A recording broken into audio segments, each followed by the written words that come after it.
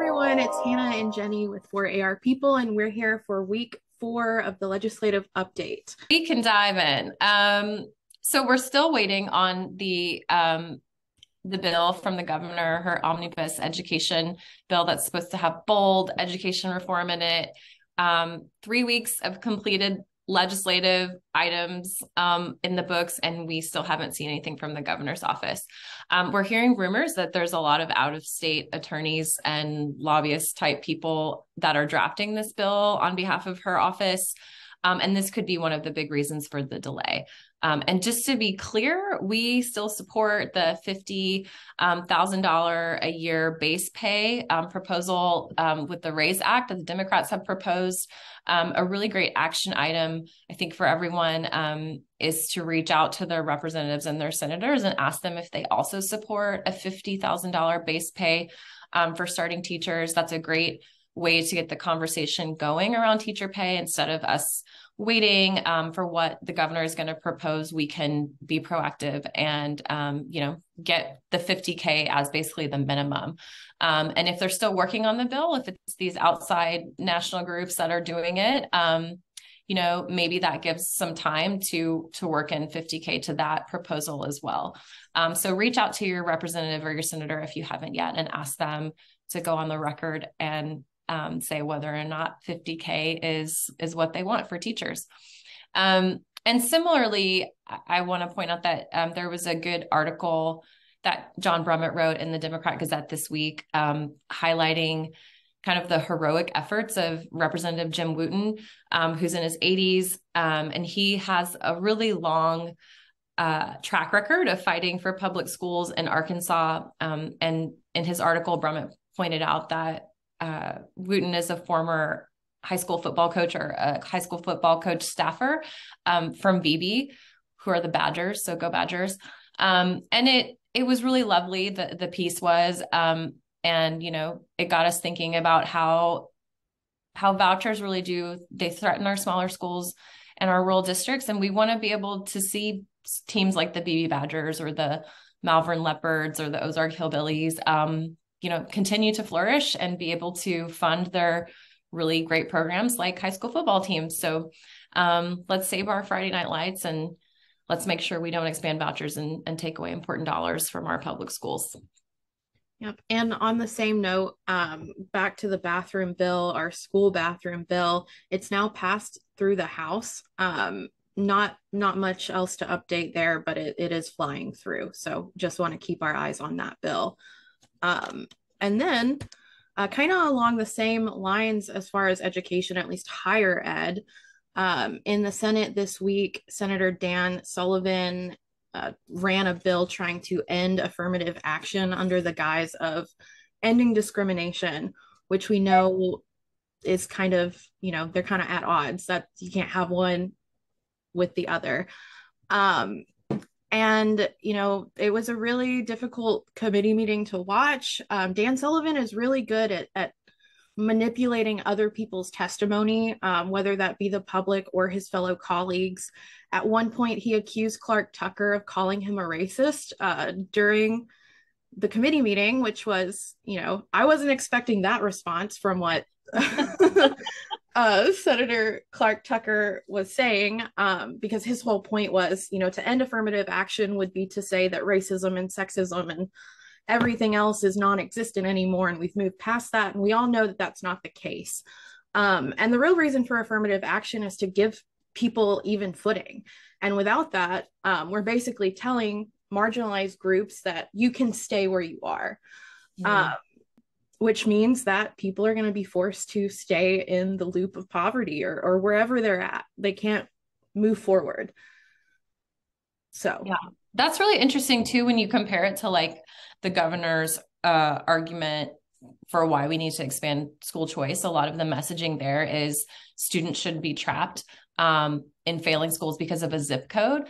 And honestly, if you think about it, that sentiment applies here to affirmative action, that students shouldn't be trapped because of their zip code or their background or the color of their skin, or people who want to become entrepreneurs and open businesses shouldn't be restricted to their opportunity and their options because of the color of their skin or their gender. And so, like, why can't we apply that to this instance? Right. And the bill itself is bad. The philosophy behind it is bad, but it's also written bad.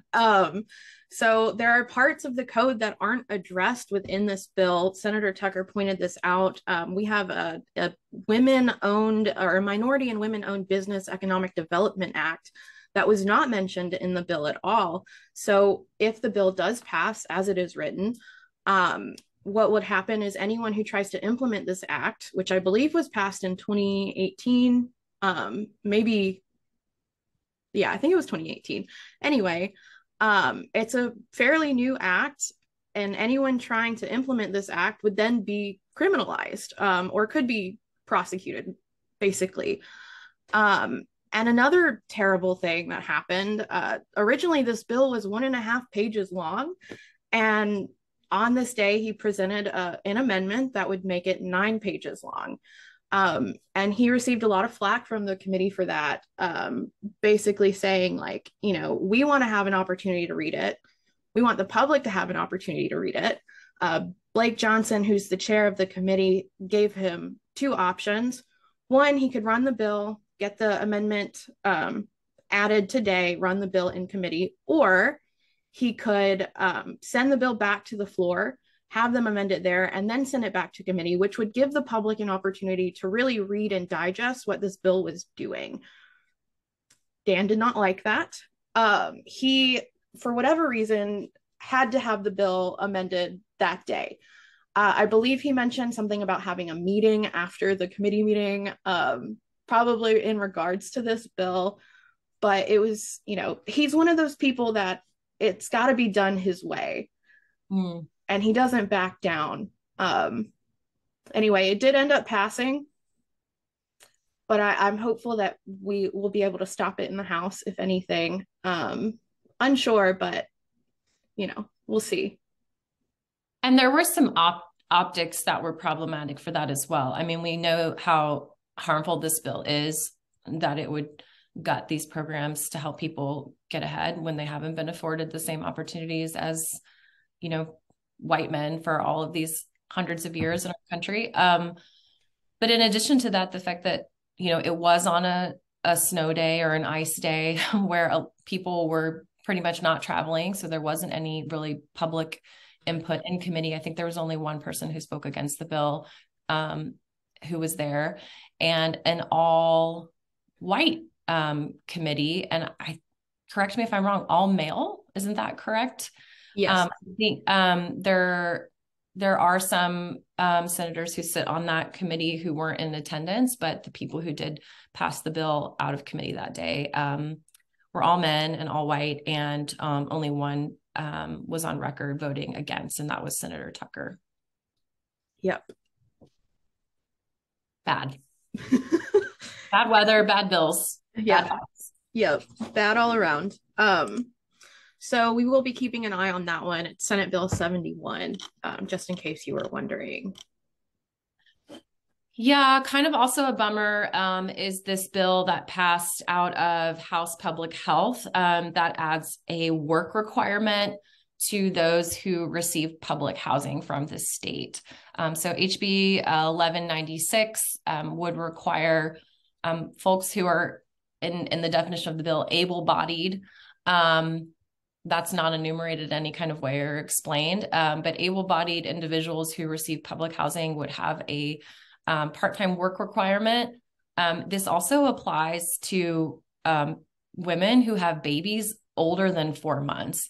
And I don't know, like, if the person who drafted this bill thought of that or has been with a baby at home who's 4 months old, but like, that's really hard to work when you have a 4-month-old. Not a lot of people can do that.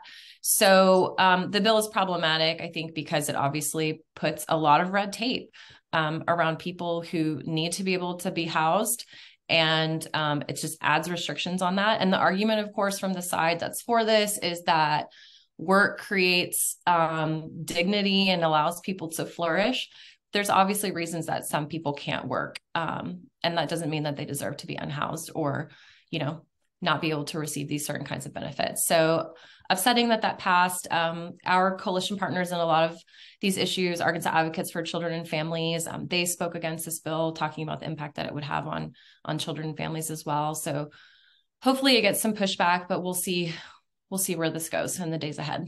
Yeah. And the argument too is like any able-bodied person. But that language itself is really ableist. Like how can you determine who is able-bodied?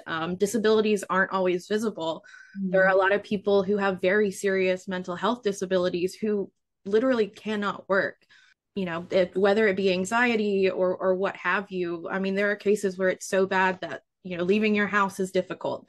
So I mean, it's just the theme, I guess, this week is just creating more barriers than there should be to Arkansans. And I really hope that people are paying attention to it. Yeah. Yeah. Well, even though we had a lot of bad bills this week, there were some good-ish things that happened. One noteworthy thing is that the Senate did not meet today. They were out because of inclement weather. The House, doing their own House thing, still met and got business done. So, I mean, that just shows you kind of the dynamics of the legislature, that the Senate is always going to do their own thing and the House is always going to do theirs. And it's kind of like, a thing of pride for both of those chambers. But over in the House, the drag bill that we talked about last time, SB 43, had moved into the House and advanced out of the House committee. And one thing that was important to note is that it got gutted. Before it moved to the House floor, there were 2 amendments to the bill. Representative Mary Bentley was the one carrying it for the House chamber. And suddenly the drag bill was no longer the drag bill. So all of the language was changed. So there's no mention of drag performances or drag people doing drag in the bill at all. The bill is now titled An Act to Add Certain Restrictions on Adult-Oriented Performance. Again, there was that discussion about prurient. What does that mean? Some of the language in the bill that's been amended defines what this would mean, including nudity or partial nudity, some other things like that, to determine what adult performance is. So make of that what you will. It passed the House floor and it goes to the governor's desk. We don't really know, like, is this even applicable now? Is this the same as other laws that we already have on adult-oriented performances and venues? But what we do know is that it is a good thing, notwithstanding that the drag language was removed and it no longer specifically targets a group of people. So that is a win, and we'll take that. Yay. Yeah, we'll take it. We'll take it for sure. Moving on. So we already talked about a win that Dan Sullivan had earlier, but I take pride in knowing that he had at least one loss this week. So during the Senate Education Committee, he ran a bill under the guise of free speech on college campuses. And just some context to this, before 2018, we used to have free speech zones on college campuses. And then in 2018, we passed a law saying that if you're outside of a building on a college campus, all of it's a free speech zone, which is fine, I think, for the most part. Not a huge issue there. However, I believe last year he tried to run a very similar bill to this one that we're talking about, which is Senate Bill 125. He's trying to make basically the entirety of a college campus, buildings, classrooms, all of that, free speech zones, or like just free speech in general. And that sounds okay, right? Until you start digging into it. The main reason for this bill is just to prohibit higher ed from mandating people call people by what they want to be called. Pronouns. His coined term was mispronouncing, which is not really something that people say. But anyway, I heard him say it at least 20 times during the committee meeting. So moving on, there was no one on the committee agreed with this bill. It was really fun to watch. I'm not gonna lie, I had a good time. A lot of the questions, are the unintended consequences that this bill would have, right? So within the bill, Dan Sullivan would kept going on about how it's free speech, but if it's disruptive, it's you get out, they'll get kicked out or whatever. But that's not true, because within the bill there is a line that says disruption is okay if it's fleeting. And what does that mean? I don't know. What is a fleeting disruption? He didn't have an answer for that either after being called out by Breanne Davis. Um, but the unintended consequences, I think Linda Chesterfield pointed out that we're talking about passing a Holocaust, like a weekly education bill, where there's a week in each year where kids are taught about the Holocaust age appropriately. Um, what happens to Holocaust deniers? That is a real issue that would happen. And Dan Sullivan's response was, well, if a professor can't uh, keep control of his class, then we just need a new professor. Which is his ideology on everything, I think, is just get rid of it and start over. And that's not necessarily, I mean, that doesn't fix anything. But anyway, he did end up pulling the bill. He didn't even didn't get a vote on it, because he knew he was not going to get a favorable vote. So I don't know if he'll run it again. He might try to amend it, but as it stands, I don't see that going anywhere, which is great. And just like a side note, I think the main reason the whole committee was against it, a committee full of Republicans, is that there's a section where he repealed a line that talks about the First Amendment and then goes on to define the First Amendment in his own words. um I don't mean to laugh because I know that Dan Sullivan especially has been the sponsor to a lot of these really harmful bills, like the affirmative action bill, and the original anti-trans bill that's an anti-drag bill that's no longer a drag bill. But this was such a weird thing that happened. The bill was utter nonsense. And I don't know why he thought it was a good idea to strike language about the First Amendment and rewrite it. Well, his argument was, this bill doesn't give free speech. We're guaranteed free speech because the First Amendment. So why do we have to mention the First Amendment? Why can't I just explain it?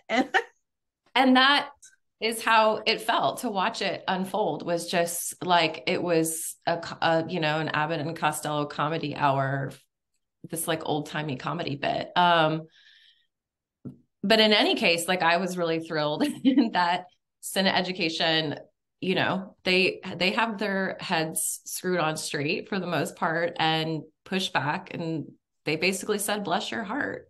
Yeah. And bless your heart, Dan. Oh my goodness. Bless your heart. And he said, okay. And he took his bill and went home.